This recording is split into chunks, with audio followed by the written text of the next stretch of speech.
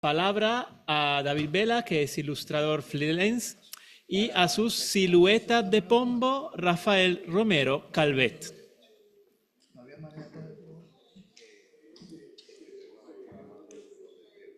¿Quién es el nombre?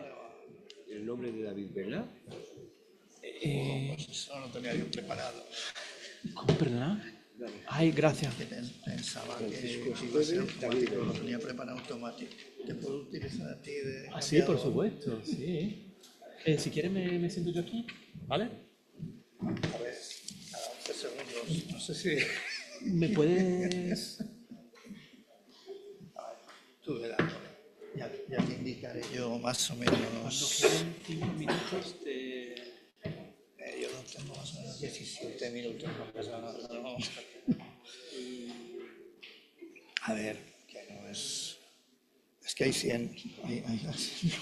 Es por haberme invitado a estas jornadas tan especiales. Y bueno, yo voy a ilustrar mi comunicación sobre Romero Calvet con una serie de ilustraciones, hasta 100, no sé si he traído demasiadas, pero para eso tengo aquí el ayudante que me va a ayudar. Venga, pues empiezo. Rafael Romero Calvet, un momento, que las gafas, que no veo. Sí, no eran mías. Perdona. Comienzo. Rafael Romero Calvet, el otro Alberto Durero, parece un pájaro de ojos fundidos en la claridad, que subido a un picacho mira fijamente el mar remoto sin que le asusten ni le distraigan nuestros pasos ni nuestras palabras. Romero Calvet dibuja y dibuja y dibujará lo que no necesita adjetivos, dibuja solo lo que siente. Calvet es un hombre extraordinario, hay que estar realmente bien y Calvet lo está. Es además bravo, muy varonil, sincero y un no me da la gana, bravío y excelente. Bien, extraídos de los libros Greguerías de 1917 y de Pombo del 18, rescato estos párrafos que Ramón Gómez de la Serna dedica a un artista, dibujante y escritor hoy muy olvidado y lamentablemente todavía envuelto en algunas nieblas e incógnitas. Hablo de Rafael Romero Calvet, nacido en Marbella en el año 1884. Estas y otras muchas líneas de Ramón dan testimonio de una amistad, al parecer estrecha, de muchas conversaciones, de muchos paseos, aunque no demasiado extendida en el tiempo. Se inicia cuando Ramón acaba de establecer la tertulia de Pombo a comienzos del 1915 y en mayo de ese año Romero Calvet expone en el Ateneo de Madrid unos dibujos extraordinarios de singular fantasía macabra y grotesca, en una muestra organizada por Manuel Abril. Tal vez fuera Abril, amigo común de ambos, quien los pusiera en contacto. Tomando como principal guía en esta comunicación las páginas del libro Pombo, parece acreditado que se estableció desde entonces un vínculo muy cordial y Romero Calvet se significa pronto como uno de los más fieles a la tertulia sabatina del Café de Carretas. Junto a Salvador Bartolozzi fue sin duda el ilustrador más señalado de la tertulia y como aquel el más inspirado intérprete gráfico de la misma. Alfonso Reyes subraya esta presencia de ambos y cito: tres hombres dan carácter a esta tertulia, uno el gran Ramón, otro Bartolozzi, otro Romero Calvet. Estos dos, a fuerza de representar la tertulia en sus dibujos, le han comunicado cierto perfil, ayudándonos con su genio gráfico a percibir su verdadero sentido. En su artículo El café recóndito, publicado en febrero de 1915 en la revista Por esos mundos, Ramón Gómez de la Serna todavía no cita al marbellí, sin embargo, poco después, cuando reproduce el mismo texto en la primera proclama de Pombo, ya añade unas líneas que confirman su presencia y describe allí su apariencia como de pájaro extraño, un símil que va a repetir siempre en adelante. Y cito, dice: a veces aparece Romero Calvet metido dentro como un pájaro, siempre como sentado en un peñón, siempre firme y estable hasta la intimidación. Así que es un poco más.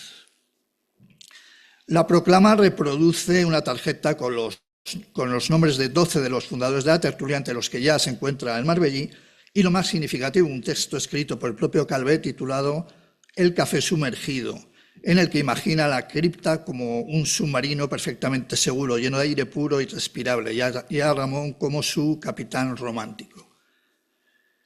Las páginas de Pombo, publicado 3 años después, dan fe de la participación activa de Rafael en juegos, dibujos y conversaciones del café en estos primeros años. Incluso Ramón lo destaca como al más madrugador y dice: ahora cuando yo llego está ya él, siempre de luto, negro como un búho, negro y mirando de frente como un búho. Claro que el testimonio más explícito de su papel destacado en la tertulia es el encargo por parte de Ramón de la cubierta del propio libro Pombo. Vamos un poco más adelante. Ahí, nada más atrás. Bueno. Cubierta para la que Romero Calvet recupera una idea similar a la de aquel café sumergido de la proclama, pero ahora situándolo en el subsuelo de Madrid, en un misterioso espacio que Alfonso Reyes, cito, dice: sitúa abajo, muy abajo, en la 6ª o 7ª capa subterránea, la cripta de Pombo abriendo su gran boca de luz sobre una avenida de charcos. Cubierta admirable, en palabras de Ramón, que reproduce el primer boceto a lápiz y transcribe la sorprendente imagen que le había transmitido el dibujante, que decía: yo veo algo así como un gran elefante de cuerpo alto, muy alto y piernas cortas y cuadradas. De su pecho cuelgan las lámparas, nosotros estamos debajo. Yo veo algo así pensando en Pombo y ya veré cómo lo resuelvo. Finalmente lo resuelve pues como un hermoso manchón, chorreando tinta sin metáfora, que describe Díez Canedo, y Santiago Binardel escribe: una negra, imponente, emocionante portada hecha de noche y de honda, penetrante visión. Romero Calvet ha visto Pombo con los rayos X de sus ojos escrutadores, de sus ojazos de malagueño. También es excepcional el dibujo de interior de cubierta, que conduce al espectador en ascenso desde aquel enigmático subsuelo a uno menos irreal mar de tejados en el perfil nocturno madrileño. El café queda al descubierto, dejando a cielo abierto la intimidad de sus estancias y transformado en un extraño ente dotado de fantásticos ojos, muy Romero Calvet. Bien, esto ya ha pasado. ¿Pasa más? Sí, el siguiente. Bien, al margen de las noches de tertulia, otras páginas de Pombo evocan sus caminatas juntos, dice: tantas tardes de nuestras andanzas de exploración, que al parecer iniciaban en la Fuente de Neptuno, y especialmente hace referencia a sus provechosas expediciones por sacramentales y camposantos madrileños. Y dice Ramón: ¿cuántos paseos por los cementerios para los que tenemos un pase de libre circulación? Una actividad que debía ser habitual en el Marbellí si atendemos a un comentario en su entrevista concedida a Eduardo Zamacois en 1915, donde decía: ¿a que no sabe usted dónde he estado hoy? En un cementerio. Son muy bonitos los cementerios. Yo voy allí y pienso: qué bien está toda esta gente aquí tumbada al sol. Me gustaría morirme si supiese que luego dentro de la caja había de comprender que estaba muerto para disfrutar de mi descanso. Bueno, dicho testimonio hace evidente la razón por la que Rafael pudiera ser por un tiempo el compañero ideal del cronista de los muertos, tal y como en algún momento se autotitula Gómez de la Serna. Lo más relevante para nosotros es el proyecto, la alusión del escritor a un proyecto común, la idea de llevar al libro su ensayo Los muertos y las muertas con ilustraciones del Marbellí. Un libro que Ramón concebía como una empresa íntimamente compartida entre ambos, y así lo desvela en Pombo, donde dice: así, en el mayor misterio, va dibujando los muertos y las muertas para el libro Los muertos y las muertas, para el que yo escribo las palabras. Libro panteón para nuestra amistad y nuestra conciencia de la vida. El proyecto queda corroborado al menos hasta el año 20 en el anuncio de las obras en preparación incluidas en La Puerta del Sol y en el libro nuevo, publicados en esta fecha, donde se confirma una próxima aparición de Los muertos y las muertas, y cito, con ilustraciones de Romero Calvet.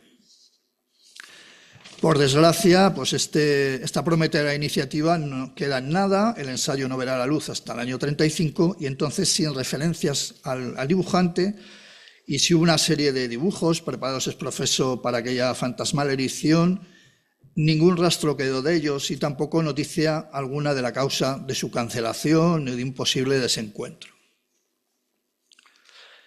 Siguiendo las páginas de Pombo, nada hace presagiar este futuro distanciamiento. Al contrario, refleja la vinculación cercana con el artista, cuyo retrato ocupa significativamente el primer lugar de la galería de pombianos. Encontramos repetidas alusiones a su persona a lo largo de sus páginas y en casi todos los casos Más que aludir a su talento plástico, Ramón describe la expresión de una mente ingeniosa, transcribiendo numerosos comentarios humorísticos de Calvet referidos, y cito, a cosas que se nos escapan. A continuación, extraigo como resumen entre los 20 o más citados en Pombo algunos ejemplos de estas observaciones que podríamos titular con el epígrafe Calvet dice, y cito. Ante unos tilos, Calvet dice, los tilos tienen algo de candelabros de muchos brazos. Ante una mudanza de un rico, los muebles en la calle junto al gran carro, Calvet dice, debía haber desahucios de ricos.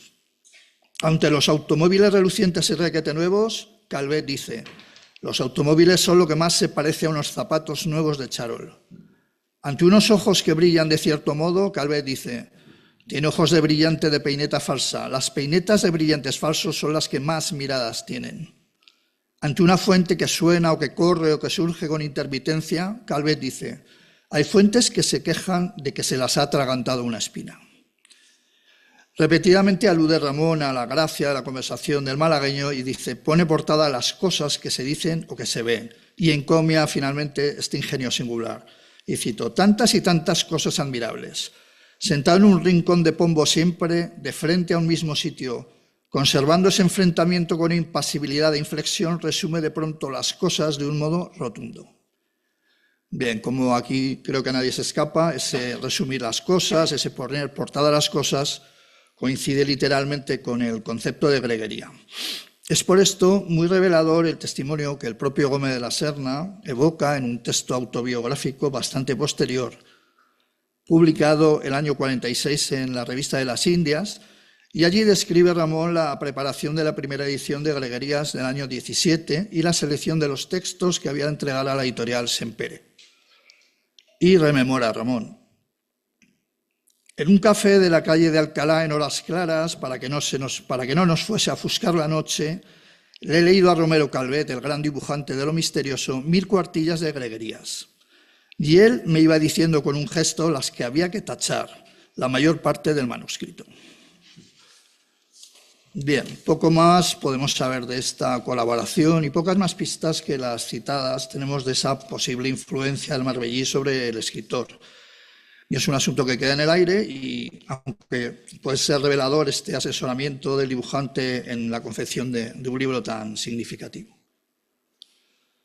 Comienza la década de los 20 y van quedando menos testimonios de esta amistad de los escritos de Ramón. En la Sagrada Cripta de Pombo del año 24, las referencias son escasas y anecdóticas. No obstante, los apéndices contienen lo que es un valioso tesoro para nosotros, que son los 3 notables cuentos de Romero Calvet, que se fueron publicando en las sucesivas separatas de Pombo del 18 y el 20. Son los titulados La gravedad, Frente a frente y La novia de los locos. Precede al primero todavía una amistosa introducción y el cariñoso apelativo de Grande y Marrajo Pombiano dedicado a Rafael. ¿Será este el último o el penúltimo? No lo sé. Elogio, pues en adelante Gómez de la Serna apenas vuelve a nombrar al dibujante en su obra posterior. La razón de este distanciamiento está por esclarecer. Tal vez estuviera relacionada con los problemas de salud mental que comienza a sufrir el dibujante en estos años. Un deterioro progresivo que en el año 23 le lleva a ser ingresado en una casa de salud con graves síntomas de enajenación, además de una parálisis general progresiva. El malagueño Moreno Villa, compañero de Rafael en la residencia de estudiantes donde se había establecido en esta época, describe el proceso así. Terminó loco, empezó por dejarse barba, luego por intentar leerse toda la biblioteca de la residencia, comenzando por el primer tomo de la enciclopedia Espasa. Después cayó en misticismo y en tijeretear los cuellos de las camisas. Daba lástima porque siempre había observado con todos una conducta correcta, aunque retraída y sarcástica. Y a continuación Moreno Villa nos da la clave, quizá del conflicto con Ramón. Y cito, más de una vez me dijo que el verdadero inventor de las greguerías era él, que Ramón las había captado en los paseos que daban por Madrid.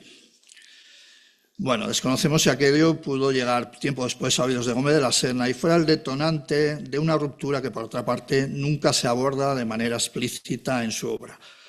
pero que parece evidente si atendemos a los silencios que chocan con la anterior cordialidad y con ciertas rectificaciones en textos en los que va eliminando referencias al Marbellí. Es el caso del circo, en cuya primera edición cita una imaginaria historia trágica de los muertos en el circo, ilustrado por Romero Calvet, en una alusión humorística que después elimina en las ediciones posteriores. Más elocuente, por supuesto, es el clamoroso silencio en la edición de Los muertos y las muertas, huérfana no solo de aquellas ilustraciones prometidas, sino también de cualquier referencia o recuerdo al antiguo compañero de andanzas. Aunque la más reveladora y algo errática es la supresión de las líneas tan relevantes de aquel texto autobiográfico que acabo de citar, referido a la preparación de la edición de las Greguerías de 1917. Frente a la primera redacción de 1946 en la Revista de las Indias, 2 años después, en la publicación del mismo párrafo en Automoribundia, en 1948, el mismo texto ha perdido cualquier alusión al Marbellí y Ramón parece haberse arrepentido del recuerdo y de nuevo borra la mención de quien de creer la versión primera fuera durante un tiempo un amigo cercano y un valioso colaborador. Bueno, voy terminando.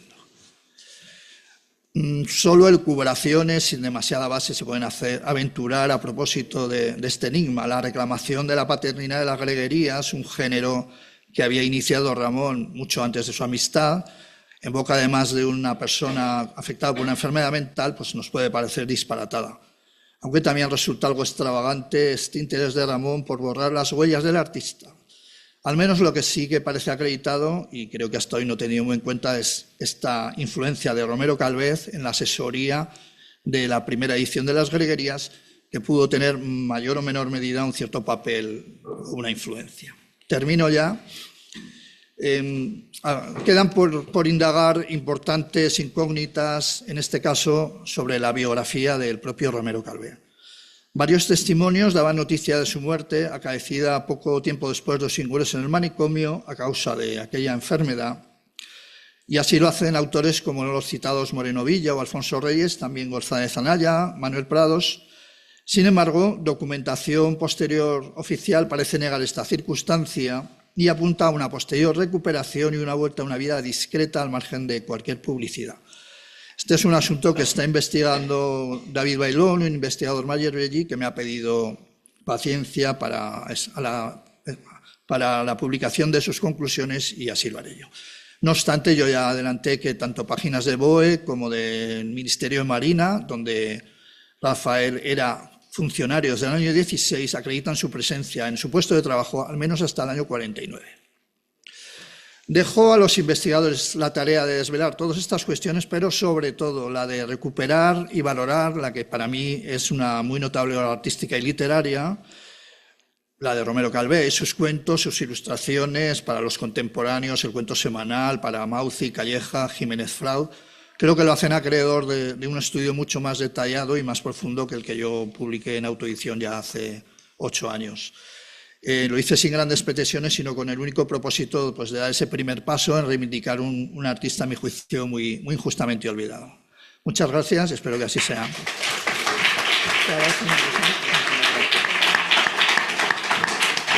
¿Quién es usted?